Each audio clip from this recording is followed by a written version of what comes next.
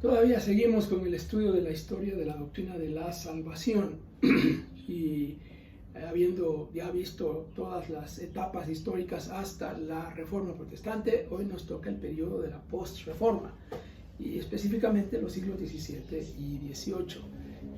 Como ya he mencionado, esta doctrina ha tenido mucho movimiento a lo largo de la historia y prácticamente en todas las épocas ha habido bastante movimiento, bastante aportes, han habido herejías, han habido explicaciones de todo tipo sobre las diferentes áreas o los diferentes temas de la doctrina. Y el periodo de la post-reforma, siglo XVII y XVIII, pues no es la excepción.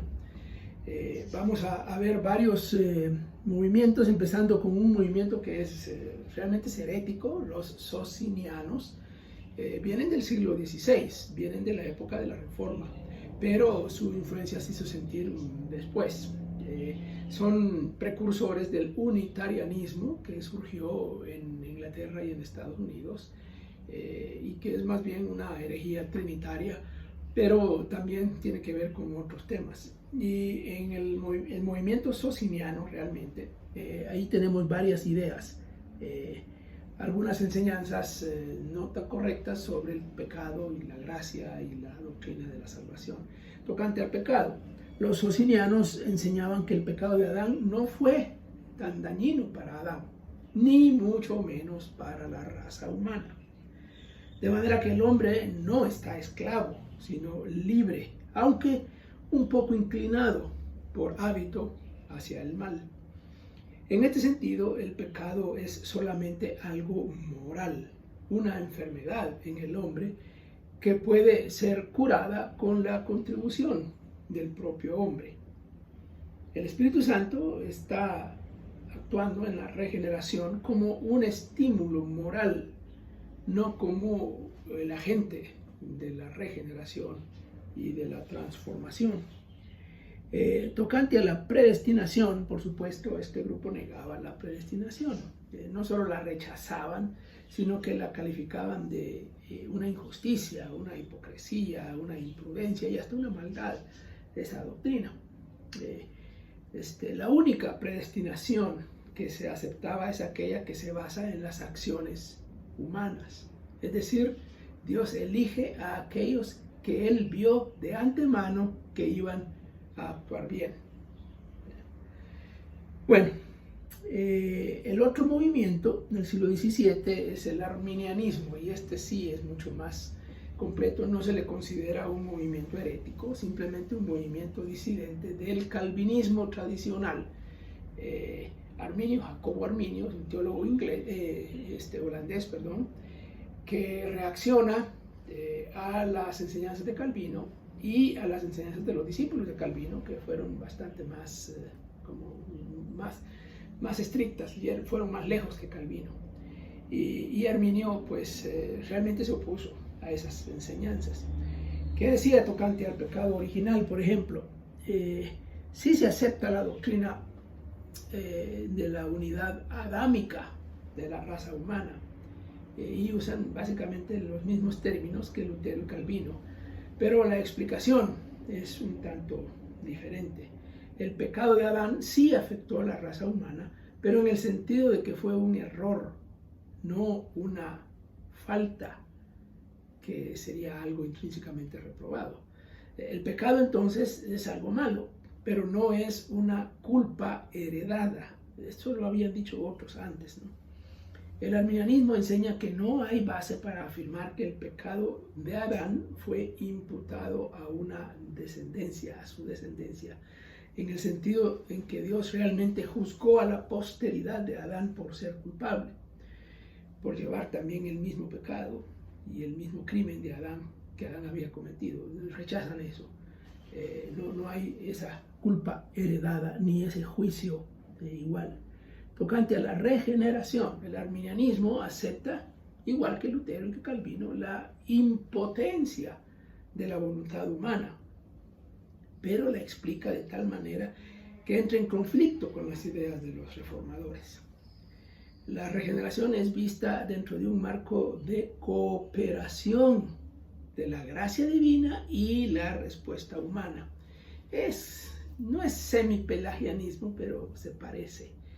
En este sentido, lo que el Espíritu Santo es impulsar la voluntad humana hacia el bien. No tanto que la gracia divina vence una voluntad hostil y rebelde. Entonces se habla de sinergismo, no de monergismo. El sinergismo es la cooperación, el monergismo es la obra divina, nada más. Bueno, ¿cómo resumimos esto? El arminianismo, en su controversia con el calvinismo, enseñaba que el pecado original no es una culpa y que el decreto de reprobación o eterno castigo no puede encontrarse allí. El pecado original no incluye una inclinación pecaminosa de la voluntad. Lo que la raza humana heredó fue una corrupción cuyo asiento está en las partes físicas e intelectuales, pero no en la voluntad del hombre. El hombre todavía puede decidir bien. En base al pecado original, el hombre es incapaz de ser moralmente perfecto y moralmente santo. Pero por cuanto la corrupción heredada, que es la causa de su inhabilidad, es involuntaria, tal inhabilidad es más bien como mala suerte, digamos, no una falta. Por lo tanto, el hombre está obligado a ser moralmente perfecto, sin necesariamente la gracia renovadora del Espíritu. Ahí tenemos ya un problema bastante serio. El acto de desobediencia de Adán fue puramente individual, ¿no? Por lo tanto, no puede ser imputado a su posteridad como culpa. La voluntad humana, aunque incapaz de obedecer perfectamente la ley de Dios, sin la influencia ayudadora del Espíritu Santo, sí es capaz de cooperar con esa ayuda. La influencia del Espíritu Santo es otorgada bajo la condición de que la voluntad humana coopere. El éxito de la obra del Espíritu Santo depende del uso que el hombre haga de su propia voluntad. En consecuencia, la elección es condicional, basada en el conocimiento anticipado de Dios de que algún hombre particular cooperará con el Espíritu Santo. Bueno, es un resumen del arminianismo. Hay una versión más moderada que es Juan Wesley, siglo XVIII. Algunos ven a Juan Wesley arminiano, pero en realidad no lo es tanto. Está como a medio camino entre el arminianismo y el calvinismo.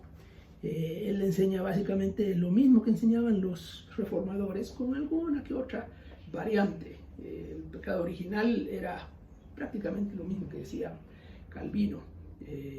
Enseñaba la unidad de la raza humana y la imputación de la culpa, eso sí, por causa del primer pecado de Adán. Con el libre albedrío, ahí era un poquito más arminiano, o sea que por un lado iba calvinista, por otro lado iba arminiano. Él rechazaba la enseñanza calvinista de la total depravación humana y subrayaba la capacidad humana para cooperar con la gracia divina. Ahí está. Bueno, es arminiano, pero también es con enseñanzas que vienen de mucho antes. Entonces, estos puntos parecen contradictorios, ¿no? En el caso de Wesley. Así que Wesley encontró una manera novedosa de explicar la salvación. Él propuso dos obras de gracia para la salvación. La primera es restaurar la habilidad humana para hacer el bien, que esta es una obra puramente divina. La segunda es la salvación, propiamente dicha. Esta obra de cooperación mutua entre Dios y el hombre. Y la secuencia es así. Primero, la gracia preparadora. Es decir, Dios elimina la condición humana de muerte espiritual. Segundo, el arrepentimiento, que es la señal de la aceptación humana de la provisión hecha por Cristo. Que incluso esto sí se puede resistir, cosa que Calvino y Agustín decían que no. Y tercero, la gracia salvadora. El arrepentimiento precede a la regeneración cronológicamente. En otras palabras, el primer paso es divino, pero el siguiente depende del hombre. Bueno, dejamos ahí y seguiremos con otras ideas de esta época y ya de la época más contemporánea.